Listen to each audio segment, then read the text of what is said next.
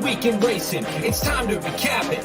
And who better to do it than Michael and Magic? Two bros/pros who cover the highs and lows of racing around the globe on every one of their shows. Real fans look forward to these guys and their last thoughts, cause they know they're not talking out of their royal ascot. What they say makes sense. So ladies and gents, sit back and relax as Blinkers Off presents The Magic Mike Show, where you hear the experts speak. The Magic Mike Show. Tune into the show every week. The Magic Mike Show. You can trust the show is the bomb because it's being brought to you by RacingDudes.com.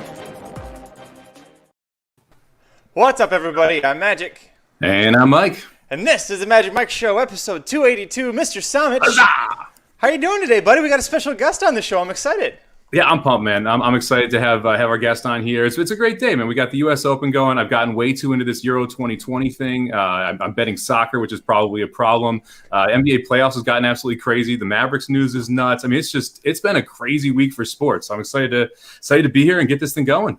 Yeah, Euro 2020 has been crazy. They're just trying to keep all the players alive on the field right now, it seems at times. That was a scary moment. I saw the headline and I was like, oh, God, can you imagine watching that? Pretty cool thing they did today, though. Denmark played its first game back since that happened. And at the 10-minute mark, Denmark and the opposing team, who I can't remember, or Belgium, kicked the ball out of bounds. And the entire stadium just clapped for 10 minutes. They cut to the hospital at one point, and there were fans outside cheering for him. So pretty cool moment to see how the sport came together and how they're kind of showing some love and representing for him. Yeah, especially as a European soccer fan, it's not exactly always known for being the most sportsmanlike, depending on the country. So, but Belgium's like Switzerland. They're like the cute version of Switzerland. They like everybody, right? Yeah, exactly, man. Well, let's get our special guest here. If you're a big fan of TVG like Mike Samich and I are, you know this guy, especially if you love playing the quarters at Los Al. Caleb Keller joining us. Caleb, welcome to the show. Thanks for coming on. Gentlemen, thank you for having me. You guys have kept me company on a lot of 14-mile-an-hour rides out to Los Alamitos on the weekend, so I'm a fan of the show. And I think that you guys, of all the duos in racing, I think you guys have a very healthy amount of disagreement, right? Sometimes handicappers can be too nice. They don't want to, put the other angle on a handicapper. They don't want to hurt their feelings. And then other handicappers, they just always want to take the disagreeing type of stance. So you guys got a great rapport back and forth. I like the disagreement. Sometimes you agree, but you guys got a really nice rapport. Yeah, I appreciate it, man. We got used to disagreeing pretty early, and we've started to agree more lately. But it's been nice to kind of go back and forth, and it's been fun doing this. And we appreciate having you jumping on here as well, Caleb. Looking forward to talking some Santa Anita horses with you. Caleb, before we get into things, whenever we have a guest handicapper on, we like to give them a couple minutes and just people are probably a little more familiar with you than some of our other guest handicappers. But what is one style or one approach you usually take when you're looking at the thoroughbred racing? It's all about seeing is believing. You can look at numbers, you can pull out the form, you can get an instinct going in a couple minutes. But to really be confident to back your own wager, you got to not just watch the horse, but watch all of them, including the long shots. And once you get a whole view of the race, look, you might be wrong, but you're going in with a ton of confidence. So there's a lot of factors, the pace and the speed figures and so on, what they look like in the paddock. But ultimately, it's a seeing is believing game. So you got to take the time to watch the replays. I like it. It's something, replay watching is something I've definitely incorporated in the last year into my handicapping. And Mike, I know especially for some of these smaller races, we watch the stakes races, we're pretty familiar with them, but sometimes the smaller races, especially like what we're going to see here, you got to watch those because you can find those prices like what Caleb was talking about and at least give you the confidence when you're playing your tickets, right, Mike? Well, yeah, and when we picked this sequence at Santa Anita, I had no idea that we were going to do some state-bred 3-year-olds for a couple of these. And you have one of the stakes races, I think 5 of the 7 horses or 8 horses are all coming out of the last race. So for me, that was a replay I watched about 5 times, so I could watch each of the different angles and how the horses ran. And when you're watching replays, I think a lot of people just look for bad trips, which I think is very important, right? Who had the treble trip, who got stuck, who was uncomfortable during the race. I don't think people look enough for good trips.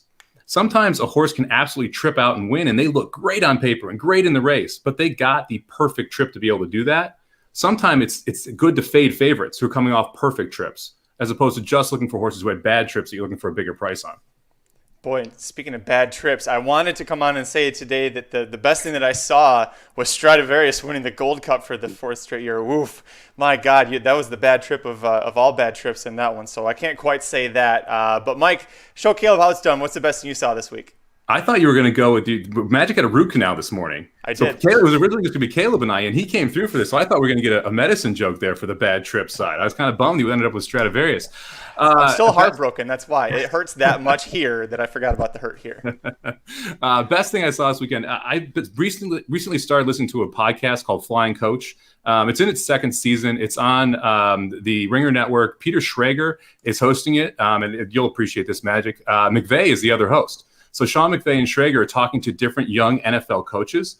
And I personally, big fan of NFL, absolutely love that style of it. It's fun to hear like a coach razz another coach, and they actually get a little bit more in depth. But the other part of it is you kind of get one of those gems every single episode. It's something to take away. And one of the things, Robert Saleh, the new coach for the Jets, came on and said, his whole motto this year is all gas, no brake. And then when asked to explain it, he talked about, he's like, just try and make yourself better at one thing, anything. It could be, just have a better routine. It could be, go shoot a jumper, get better at basketball every single day. And obviously he's applying it to football. And I took that and I thought, that's a great thing to try and apply to horse racing too. So it's just one of those things. It's a podcast that I think is really cool from a perspective of who's talking and what they're talking about. But at the same time, I think you can kind of pull some stuff from it. So I highly recommend checking out Flying Coach. I do like Peter Schrager a lot. He's one of the analysts that I like more than just what he says about football, but what kind of where you're going with this, Mike, where you can take the lessons he's teaching or what they're talking about and kind of apply it elsewhere. Caleb, what is the best thing that you've seen this past week, sir? I'm going to go with number 7 for Brooklyn, putting up almost 50. What was it, a couple years ago, right? When it was the Warriors versus Cavaliers, there was 3 best players in the game. It was Steph, LeBron, and Durant. Well, 2 of them are now hanging out on the couch, and Durant's putting up almost 50 and making all these pull-up threes and single-handedly bringing the Nets maybe to the Eastern Conference playoffs. So this is the guy in Durant that could potentially be a rival to LeBron. He's a couple eyeballs taller than him. He might even have a better jumper than him. He might, some argue, have a better scoring tactic. So I'm going to go with Durant putting on a show in Brooklyn. Mike, I know you're a big basketball bettor. I feel like you got a little burned on that one when you brought up Kevin Durant. How you feeling? Was that me? Yeah, you. No, I didn't bet that game. I was pretty happy with Okay. myself in that one. No, I luckily did not have any action there because if I had bet the Nets, I would have been upset and then very happy. But Durant was wildly impressive in that game. I think he had like 29 going into the fourth. He put up 20 in that fourth quarter. And Harden was on half a leg. I mean, just kind of hobbling around. And he had one of the crazier traveling calls with just up and down that you see in like pickup games at the Y, and you see Harden doing it in Game 5. But man, just crazy basketball between the Bucks blowing that lead and the Sixers blowing the lead last night is absolutely nuts back-to-back nights. Caleb, do you have a pick for the NBA Finals? I'm sticking with the Nets, with the healthy Nets. If they get Kyrie back, with Kyrie, I don't think that even the Western Conference powers can beat him. So with Kyrie, I'm taking Brooklyn. Mike? I'm rooting for the Suns. I'm not going to go ahead and say they're going to win, but I'd love to see the Suns win. I kind of like the team. It'd be nice to see Chris Paul actually break through. I feel so bad for him now in COVID protocol. Just every single time he starts to like sniff anywhere further down in the playoffs, something crazy happens to Chris Paul. And this COVID turn is the latest one. But hopefully we see that series go 7. It gives him a little more time to get healthy. And then it looks like he's going to probably face the Clippers if he's able to get on the court. Speaking of the Clippers, I arrived in Los Angeles the same time Chris Paul did, became a Clippers fan because of him, and so I'm excited to see what he can do moving forward. The LA Clippers, I finally gave up on them, and then this is what's happening with them after last year's collapse, which just blew my mind. Now they do it. This is what the Clippers needed, was for me to jump back off the bandwagon. So. Let's jump into today's show. We're going to be looking at the late pick 4 Saturday at Santa Anita Park. We've got 3 stakes, including a pair of Calbreds that Mike is very excited to talk about. Let's get into it, boys. Riders up.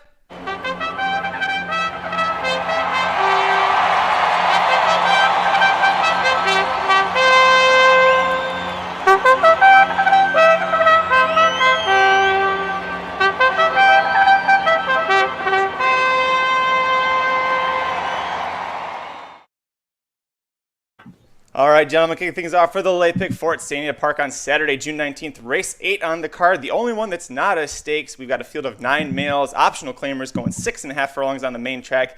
Favoritism is on number 7, Kana, 3-1.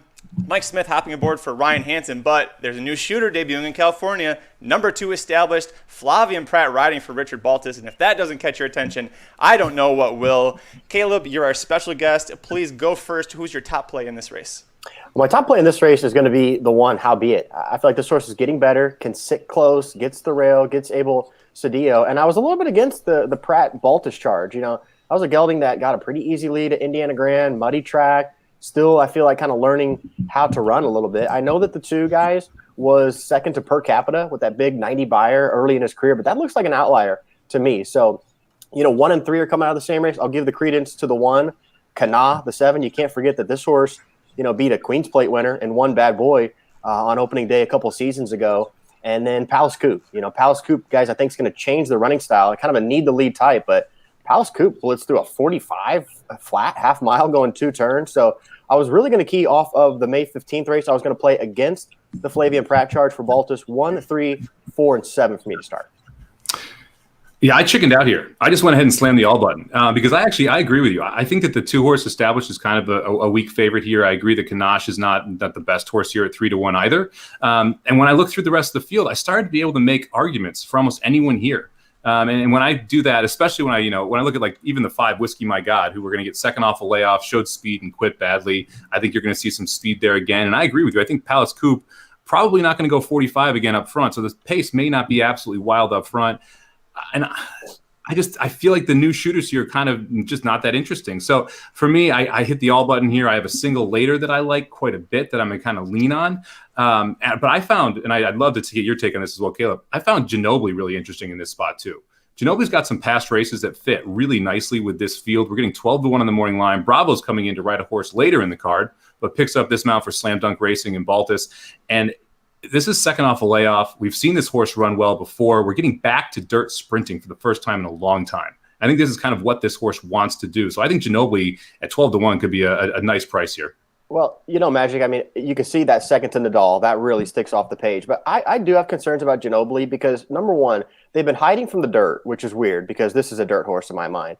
And then last time out, I didn't really like how this gelding was traveling. I thought he was turning his head a little bit. He looked a bit unsure of himself. Maybe he just didn't like the turf at all. But, you know, stop and start, you know, the 6 is missed time Magic, plus the turf racing and the awkward strides early. I do have respect for his body of work, but I'm not really feeling it recently.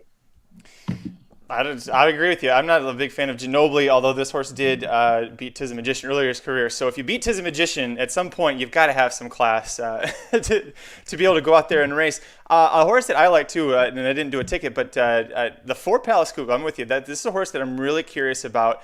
We talked about, Caleb, you brought up the watching replays, and watching this horse, his last 2 races, both times with Phil D'Amato and Santa Anita, going 2 turns was the speed, especially you called out that 45 flat in the opening half mile. He's cutting back after back-to-back routes. I know we're facing other sprinters here, but going 6.5 instead of 6, I think is going to help him out a little bit here because you're getting closer to that 7 furlong distance, which really plays well to horses that are coming back from 2 turns. So I'm a big fan of the 4 Palace Coupe here as well. And one more thing, guys, about the 4 is that you coming from Eye of the Sphinx, I believe that's a Canadian Hall of Famer. And there's like a whole line, like 10 years of great Canadian stakes horses that come from the family of Palace Coupe. So that's a really good family. And D'Amato, I mean, that's 3 straight speed figures that are lifetime best. And that's like bumping up 10, 20 points. So the 4's never been better. The question is, does he change the style or does he try to rip to the lead in the sprint race again? Mike, what do you think he does? I would hope that he changes his style. I actually love the horses that show speed going 2 turns that then cut back to kind of the 6.5 furlong distance. You have a lot of those sprinters that show speed that seem to burn out in that last furlong. If you've been going longer and you can kind of sit 2-3 lengths off the lead and you're able to pounce on those speed horses they're getting that extra furlong, you're able to get the job done. And I think Palace Coupe and Howbeit, who probably would be my top 2 picks here if I was not going to hit the all button, the 2 of them to me, they're not that sexy of horses. They've been running in this kind of optional level where we've seen them, where we're seeing again today with that optional 40K, non-winners of 1 type level. They're not stakes horses in the past. So they're horses that have just been consistent, but often those horses win these type of races when they come up. Other horse that I thought was kind of interesting is the 9 horse all the way on the outside, Wipe the Slate. Wipe the Slate coming out of back-to-back grade 3 races. This is a horse that ran into Life is Good in his debut, was able to post an 88 buyer and win pretty easily going 7 furlongs in his second career start. After that, they sent it to Robert B. Lewis, sent him to the Gotham, 2 graded stakes where he's going 2 turns and over his head. Then you go to Santa Anita, and that last race leaves something to be desired, but it was the grade 3 La Brea. The Chosen Brawn won that race, who came back and won again last weekend. I think you're going to get kind of the perfect trip here from the 9 post. I have no issues with the 6.5 furlongs. We've seen this horse win at 7 before. You're getting second off the layoff for Son of Nyquist. I think the 9 could be quite live as well.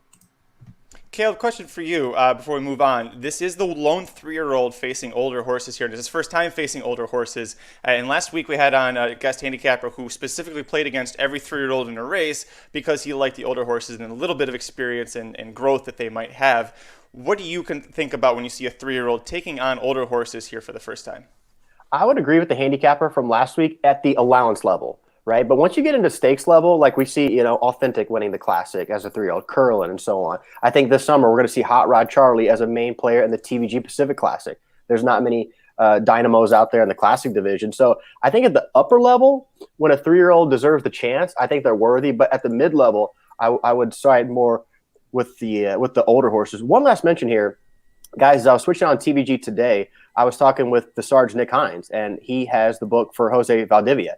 And, a little bit of metal. He said he had to work Peter Miller a little bit to get the remount. But at the same time, he mentioned that the Kristen Mulhall was working gangbusters. I know Mike went all here, but I couldn't get on board with beating Town Drunk by 2 lengths at Churchill for a 10 beaten claimer. But toss up the synthetic race, and the Sarge, for what it's worth, said the longest shot in the morning line's traded very well at Santa Anita.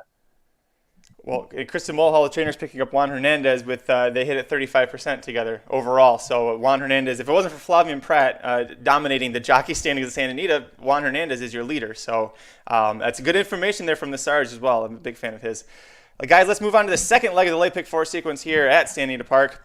Race 9 on the card. This is the $150,000 Snow Chief Stakes. Field of 9 Calbred 3-year-old males going 1 1/8 miles on the turf. Big favorite is number 2, None Above the Law at 9-5, is returning down south. He just beat Open Company 3-year-olds in the mile-long Alcatraz Stakes on Golden Gate's turf. He's got 2 back-to-back wins up at Golden Gate.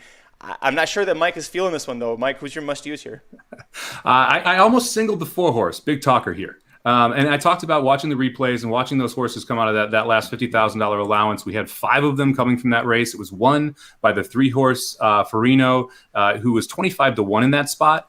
That was the perfect trip for this horse. Absolutely everything went well. The pace wasn't that fast up front. Horse was able to sit outside, get a clean trip, get to the front. The inverse of that, you had Big Talker changing lanes more time down the stretch than Caleb does on his way to Los Al down there on the 405. I mean, it was insane what Rispoli was trying to do. He went inside. He went outside. He tried to split horses, and then he eventually swung wide. He got blocked like 4 times. And I love the 4-1 price here. I do respect the 2-horse, None Above the Law. I'm not going to single the 4 because I like None Above the Law, and I decided to use one other one as well. But to me, that trip for Big Talker last time is one which really stuck out for me. You never see Rispoli getting that much trouble on the turf. I got faith that you're going to see him find a way out here, and I do think there's enough speed to set up for him coming from off the pace. Caleb, what did you think here? At first I really wasn't feeling that May 14th race. With Peter Miller, I take the if you can't beat him, join him. I think everybody's kind of in that ballpark right now. So, yes, I was going to have the 2, but I did double up and I did take the 4 Big Talker. I kind of saw the same thing out of that race. Dead last, paceless race, swerving up for 3rd. And, this horse was second to Hockey Dad. I was at the Jeff Ruby Stakes. Hockey Dad was 3rd in that race. And then earlier in the career was 4 lengths off Rombauer. So the 4's got some previous class. But did you guys know that if you breed to Mr. Big in California, there's a caveat, you have to put Big in the name? Like, has there ever been a breeder be like, no, I don't want to be Big Score. I don't want to be Big Lead or Big Book. No, you have to put Big in the name if you breed to Mr. Big. Isn't that like Rock, where the movie has to have his character's name in it now? That's like in his writer. It's something crazy like that. That's when you know you're making money. Yeah, right. I agree with you, man. I like None Above the Law as well. The 2-horse for me. I ended up going 3 deep here. I used Found My Ball. Adding blinkers, I think this horse is going to show a little bit more speed from the rail. I also think they're going to have their hand a little bit more force breaking from the rail. I like the added distance. 10 most wanted on the bottom shouldn't be any issue there. It's a Square Eddie horse. We know how well Square Eddies do in California. I think you could see a nice step forward here from the 1, who's also only touching the turf for the 3rd time. And the fact that they had 272 buyers in the 2 turf races, I think we can get a step forward. And I thought that trip wasn't perfect there for the 1 Found My Ball last time. So I'm going to go 1, 2, 4 here and try and move along. For Big Talker, if you watch that May 14th race, it just feels like that was set up as a prep for exactly this one. It was spaced out a month away from the Snow Chief. The fact that this horse broke his maiden going a mile and an eighth, he's the only horse in this race who's not only gone that far, but has also won at it. And you're getting, Umberto Rispoli instead of Flavian Prat. Really a lateral move when it comes to the turf here. Blinkers going on. Timmy Actine doesn't do it very often, but he has found success with it. One horse I found interesting here at a price, and neither one of you touched on, is the 8 Cargo. This is a son of Point of Entry who's going to just love going this distance, if not even farther. I think that if you scratch out his last race, trying to go a mile on the turf against all of these other horses that we're talking about in this race, he didn't get the best ride, and I love Gio Franco, but I think getting Joe Bravo up, someone who's bringing a lot of East Coast experience with the turf riding, he's used to riding against the Ortiz brothers and the Castellanos and Velasquez's all the time. I think that's going to be a good feather in his cap here. That race 3 back when he broke his maiden with Pratt aboard, he ran a third of a second faster than an exact same race in division earlier on the card that a sprint to router, 1 gate to wire. So he had a lot of things stacked up against him and still was a lot faster that day. So I think that he has a lot more ability than he was able to show in that last race. And it's Phil D'Amato on the turf. It's very hard for me to pass on a Phil D'Amato trainee whenever it's on turf. Caleb, I don't know if that's the same for you. Well, what was it? There was a stat that came out this year on like March 20th. So we're like 2.5 months into the year. Phil D'Amato already had 9 turf stakes wins on March 20th. And wow. I asked Chris Davis, the young trainer who used to train for Phil D'Amato, I said, how does every horse in Phil D'Amato's barn look so light? Because I've never seen a big hulking type of Phil D'Amato. He said, well, number one, he's attracting, European type turf horses. But he also said, when D'Amato goes up the shed row, if a horse is getting a little heavy, let's cut back the feed a little. Let's get him on a diet. So like he has a specific look for a horse, D'Amato, where he wants to be tight and wiry and very, very fit, and that is something that excels on the turf. I did think that for finishing 5th, there were some late strides there, and I was teetering on putting Cargo in. I just couldn't get to the top 2. Like, you got to give Ferrariano credit because he gutted it out and he won the race. And then, Found My Ball, I know Doug O'Neill loves the square eddies, but, man, he had the whole lane to go past. And Mario Gutierrez sometimes along the inside, lost a little momentum with Hot Rod Charlie to start the year in a race they probably could have won. So I was really trying to go against the top 2. I was reaching down for Big Talker, and if I was going to take a second one, I was going to reach down to the 5th place horse there for D'Amato. Yeah, it's interesting that you mentioned that DeMario Gutierrez on the rail as well. If you go back and you watch that race, he had a little trouble breaking from the 1 post in that race as well, especially around the first turn where he started to go up on heels and kind of got shuffled back. It's one of the reasons I used the 1 to hope that he could get a little bit better of a trip. That's a good call on Mario in the rail. I saw a stat, too, that granted it came from his jockey agent, Matt Nakatani, so maybe he's a little biased, but Mario Gutierrez is 3rd in win percentage on the turf at Santa Anita this meet. Sneaky stat. I did not know that, and so taking that in consideration, I'm like, well, if I see Mario on a turf horse, I'm not going to play it automatically, but in this case, maybe give a second look. Let's take a look at race 10 on the card now. This is the $150,000 Melair Stakes, field of 8, Calbred fillies, age 3, going a mile and a 16th. They're on the main track here. This one feels like it's, to me, on paper, a lot more wide open. So, of course, this is where Mike is going to go ahead and single.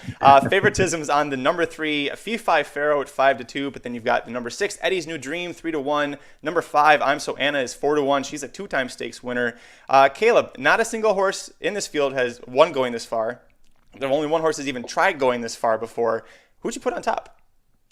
In this race, I've got 3 that I like somewhat equally. I've got 1 long shot, but this Fifi Farrell's coming along well. I mean, obviously, that's a beautiful pedigree for a Calbred. I think that the 6, Eddie's New Dream, speaking of pedigree, that Tappet is going to take this horse a lot longer. At first, that line didn't look good. Oh, man, you were in second the whole way around for the 6. But, the 6 was chasing a 2-1 shot, who's hot, respectfully, was still digging into the margin, went sub 110. So I think that Eddie's New Dream, at first I'm thinking, I could take the closers. You got Fifi Farrow and even Smooth Like Butter, the 4, who I think has an outside chance at a huge price, but that never works well going for closers at Santa Anita. I've learned that the hard way. So I'm going to go with the 6, Eddie's New Dream, as the top pick to have a nice stretch out here second up. I love it, man. You're doing my job for me. I singled the 6 here. I thought this was a good race. I went all in that first leg. So at some point you have to separate yourself if you're going to go all in that a leg like that. And to me, the 6 horse here was the way to do it. So Eddie's New Dream, as you mentioned, just chased a horse around the track the whole time, but gutted in. And I thought that was actually a pretty good effort, especially closing a little bit of ground. First time out as a 3-year-old. That was first time off a longer layoff. We're getting second off the layoff here. And I love the fact that if you look at the debut race and that 3rd race in the line, this horse was able to pass horses, was able to close in those sprinting races, I don't think the 6 necessarily needs the lead. I think the 6 is going to be able to sit right behind the speed and be able to pounce on them. I think there is quite a bit signed up here. And like you said, you don't want to be far back. You don't want to be a dead closer at Santa Anita, but it's nice to sit that trip right behind a couple of speed horses, able to make the move around the second turn. I think that's the trip that we're going to see from Eddie's New Dream. Tap it on the bottom side makes me much more confident in the mile and 16th distance here. And I find it, this is a horse that was able to break its maiden as a 2-year-old and is now kind of coming along. And this was a race that I believe was set up for it. We also faced older last time, which I think is a good thing. I mean, when I looked at the 3 Fifi Pharaoh, which is the other horse that I considered here, yeah, wonderfully bred for a California bred here. Just broke its maiden last time out, right? It did face winners, second career start in a stakes race, but this is the first time since breaking its maiden it's faced winners. I'm looking for a horse that took that step forward earlier in his career and is now, I think, going to take a big time step forward your second time out as a 3-year-old. The angle with Fifi Pharaoh that does scare me is that it's first off of the that maiden breaking effort, and it's really hard for me to I know this isn't a big group of stakes winners here. There's still 3, but it does worry me a little bit seeing a horse step up like that. Caleb, you did make a joke last race about if you have a horse bred to Mr. Big, you have to put the word big in it.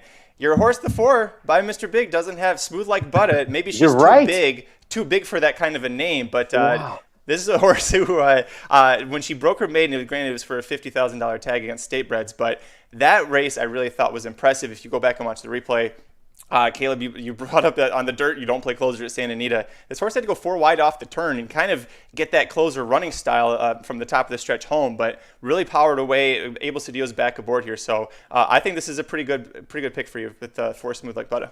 How about that? Just one race to debunk a myth. That is literally the first one by Mr. Big. I was wondering if that even existed, but that was a field of 5, and nobody passed anybody. Harper's Gallop went out there and went really easy, and I thought that Smooth Like Butter was closing. And there's so many layers of speed. Like if you ever were going to make up 5+ lengths of Santa Anita, this could be the race to do it. And a little side note, guys, the Melair was the first ever race in California that I did an interview when I started working for TVG. Quick little story. So they send me out for 3 days to just find a place. All right, meet Tom Cassidy, find a place, find where you're going to live, this and that. So I touched down in LA, never been to LA before. I go right to the studio. As I walk in the studio, the producer at the time, Tony Olivato, turns the corner. I've walked 12 steps in the studio. He says, "Hey, Christina is out sick today. Could you report at Hollywood?" Well, I mean, I went to school for broadcasting, and I had done some hey, you interview me type stuff, and I can't say no. So now I get in the car with this producer. I'm having a nervous breakdown going through Inglewood. I get to the track race 3. I put my earpiece in for basically the first time, and my producer's telling me, "Hey, go interview George Gutierrez, the winning trainer of the Melair." I didn't know who George Gutierrez was. The Melair had so that was a nervous breakdown race that I would not want to go back and type and see the tape for that one, but that one was the first one ever, the Melair at TVG at Bedford Hollywood. What year was that? That was 2012, right after I'll Have Another. That's got to be on YouTube then. We got to be able to find that one. No, I told him the tape library, keep that thing in that yellow VHS box. Did you have a suit on when you walked in the studio at least? Were you dressed right? Yeah, I was dressed right. I just remember walking up to George Gutierrez and the producer explaining to me who he was. Never met him. He was getting the trophy in the winner's circle. I just popped down there and we made it through it. Nice. Very cool. We'll see if we can make it through the final leg here of the late pick 4 sequence at Santa Anita on Saturday, June 19th, race 11, the grade 3 $100,000 San Juan Capistrano Stakes.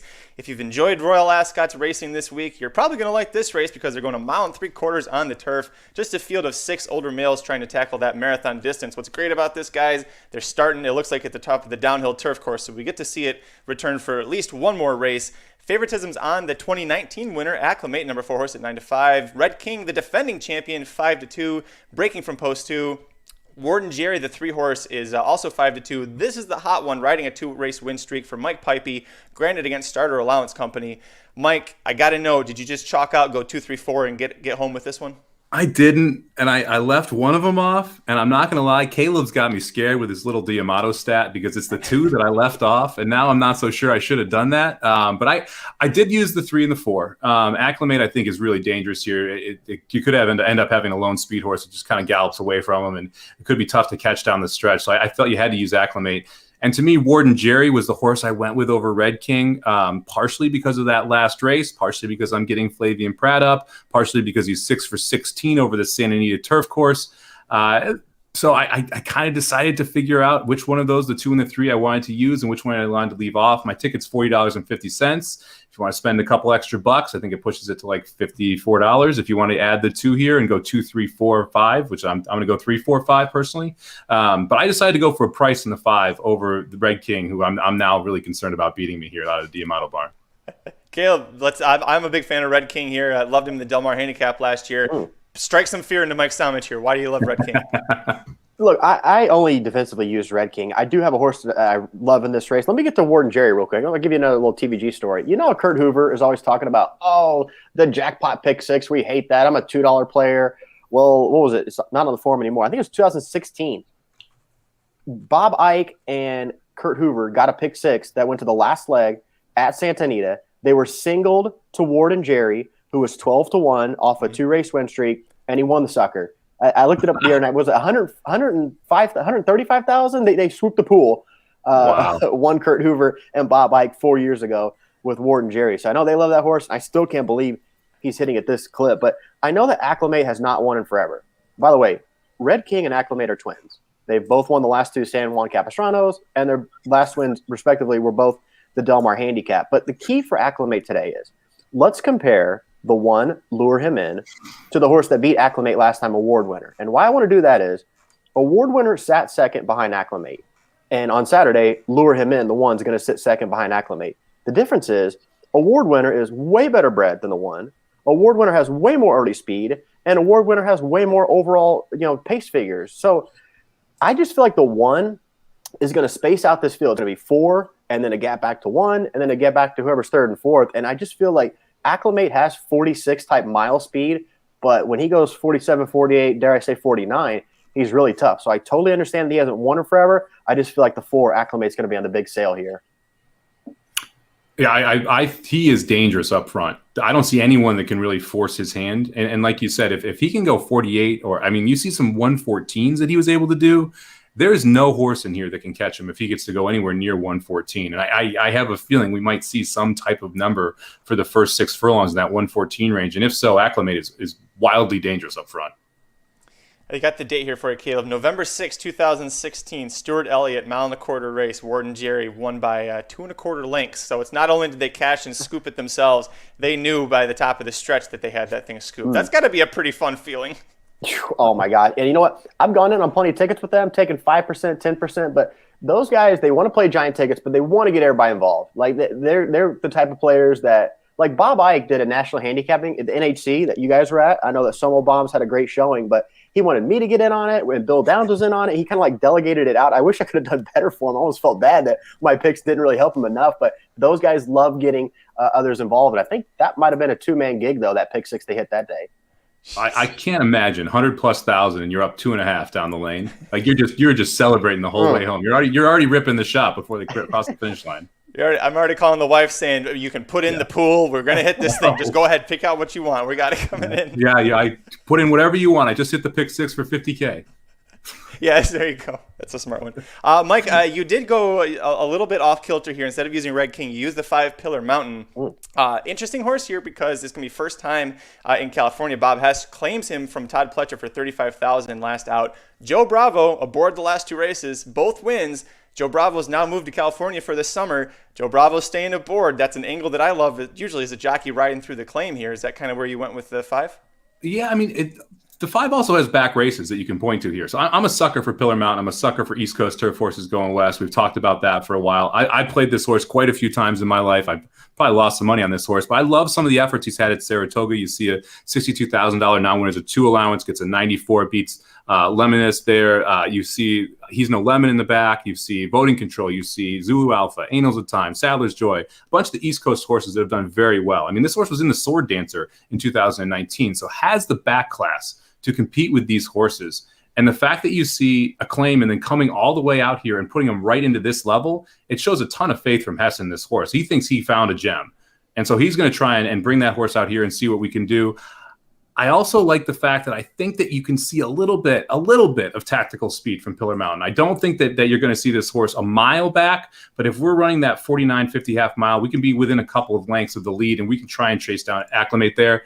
I also look at this race and I didn't want to go with the 3 chalks. That was, to me, one of the big things here. When I'm working on ticket construction, if I'm going to go 3 deep, I want at least one of them over 3-1. So if there's someone that I can try and really balloon the ticket up again. And to me, the most likely horse winning at a price here was Pillar Mountain. We know what we have with the 1 Lure Him In. I don't think the horse can win. We know what we have with the 6 horse Astronaut. I don't think that horse can win. So that really leaves with just those other 4. When I look at them, I kind of decided you got to use Acclimate. I took Warden Jerry over Red King, and then I felt Pillar Mountain was the horse that could score at some type of price.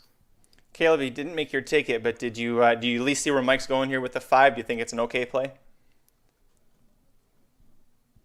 Oh, I think you're on mute there, Caleb. I got a chance, guys, to see Pillar Mountain in person when he was at Kentucky Downs. Had a chance to cover that race with Zulu, Alpha, and Arklow. But he's always been a progressive type. I actually gave him a good look in that race. The numbers look a tiny bit light, but I will say that Joe Bravo, when I was out at Gulfstream Park, was he hitting at a huge clip? Well, he wasn't getting a ton of mounts, but on the turf, Joe Bravo still got every ounce of his turf prowess and his brilliance on the grass. I saw it firsthand sitting at the finish line at Gulfstream for about 3 straight weeks. So Joe Bravo, this is a time, obviously, you would think he'd be at the Jersey Shore, but bringing his talents out to the Sunshine State, and I could see that maybe they had a really sharp claim here. All right, that's going to do it for this episode of the Magic Mike Show. Thank you so much for joining us and for joining our special guest, Caleb Keller of TVG here. If you're new to this show, go ahead and take a look down below. We've got the tickets for you one last time. The guys will go ahead and read them out for you as well, especially if you're listening to the podcast version.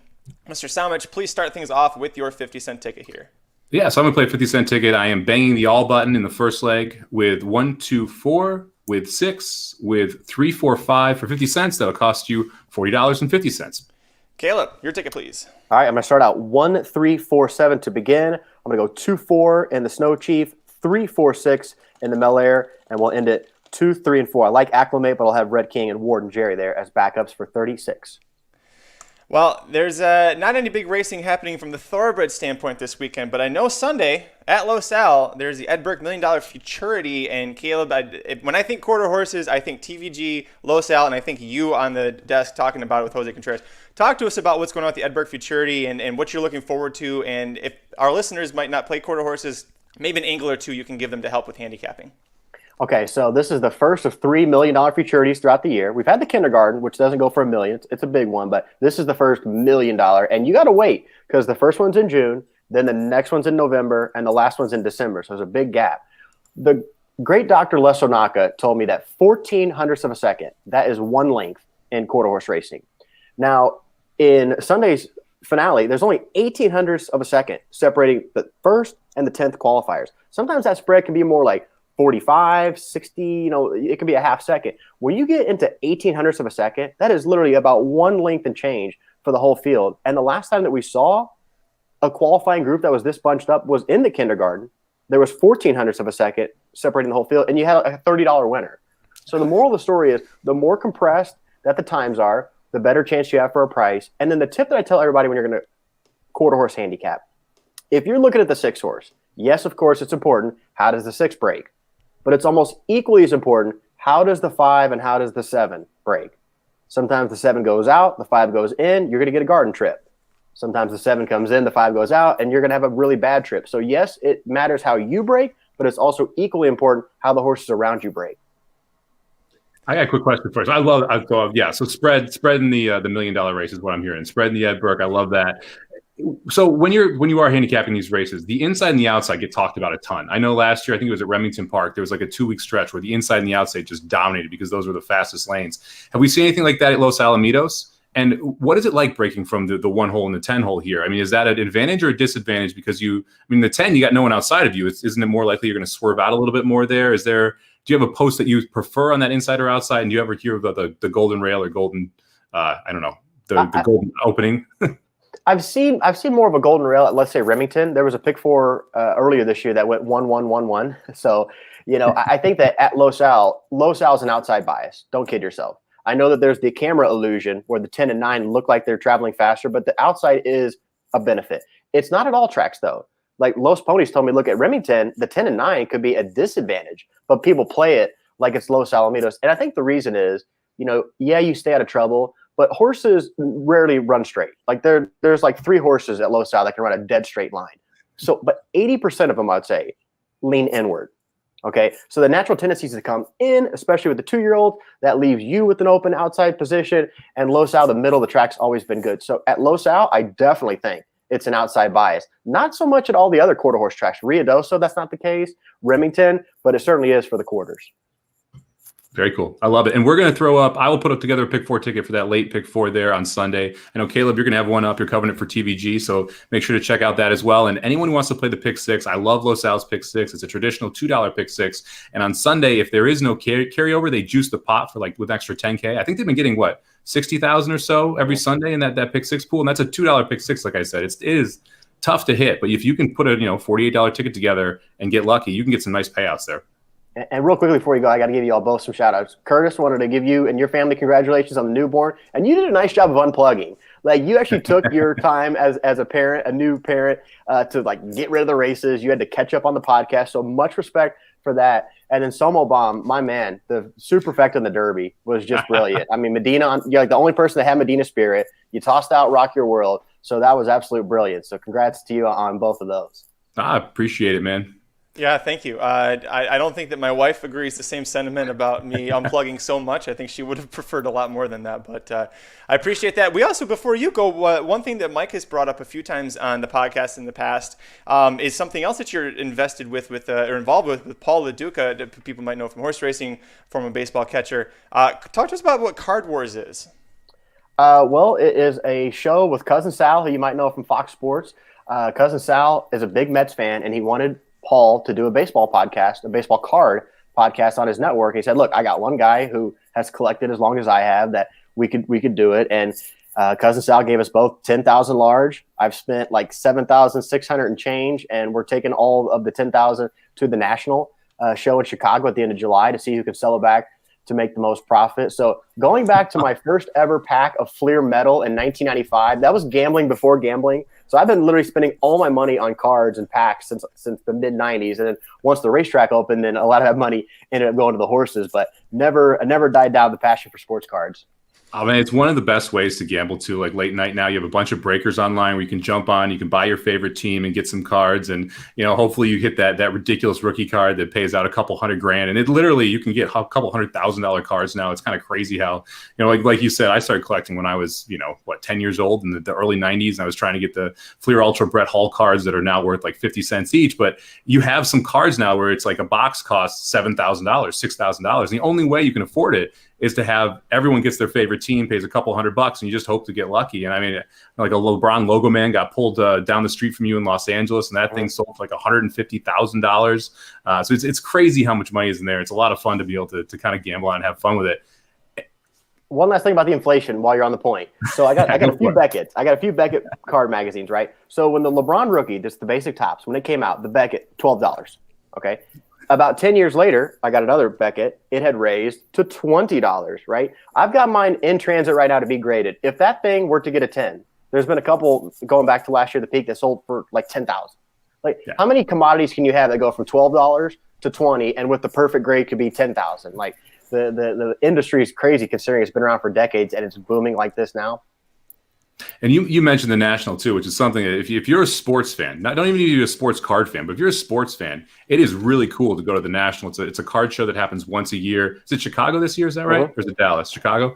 You literally have thousands of dealers there, and it's not just sports cards; it's sports memorabilia as well. As you can tell, I'm a sucker for it. I got my Concern saddlecloth right here behind me. I've got some blue stuff over here. I mean, I'm a big. How many bobbleheads do you have now?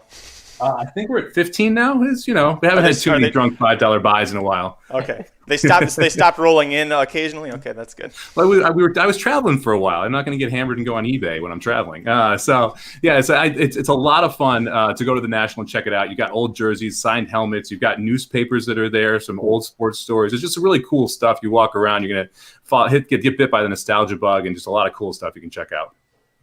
Wow, I'm checking out their website right now. That looks crazy. I had no idea it was such a big industry, like for the trading card boom, until Mike a couple of years ago when we first started doing the podcast told me about it. And he actually talked about how you were invested in that too, Caleb. So that is crazy. I need to ask my mom. I need to get off the show and call her and see if she still has any of my old hockey cards from the early 90s, because those I suddenly feel like I'm sitting on a gold mine up there.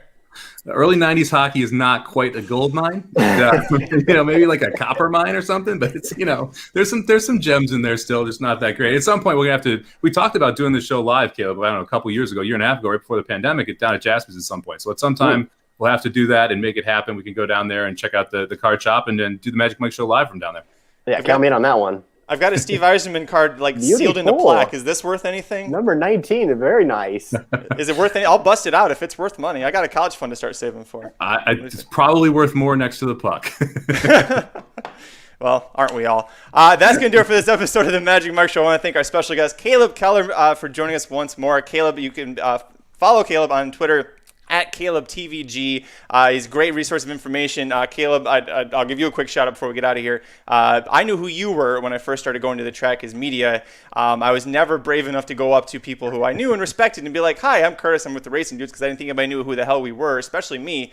Caleb comes right over and he goes, you're Magic, right? With the Racing Dudes? I love your stuff. And I was just like, yeah, thanks. It was the first time I ever got recognized, and it was by you. So thank you for that. It still holds a special place in my heart for my first time getting recognized as media. See, look, I drive too slow to listen to music, right? When I'm listening to music in the car going 7 miles an hour, I get amped up. I'm a podcast guy, and I found your all's podcast right when it began, and I could tell from the jump that you guys really had a lot of knowledge. So I've been a long-time listener for a few years now. Appreciate that, and I'm sorry about the first couple episodes. The production's got a little bit better, fortunately, over the years. Not perfect, just better, which is what we always aim for here. You can follow me on Twitter. I'm at Curtis Kellaward. He is at SummerBomb18, number 1, number 8, Corporal Lords at Racing_Dudes. Blinkers Off will be live later today on Twitter, YouTube, Facebook. Thanks so much for joining us. We'll be back on Monday to talk about some more fun. Until then, I'm Magic. And I'm Mike. And he's Caleb. Have a good weekend. The Magic Mike Show, where you hear the experts speak. The Magic Mike Show. Tune into the show every week. The Magic Mike Show. You can trust the show is the bomb because it's being brought to you by RacingDudes.com.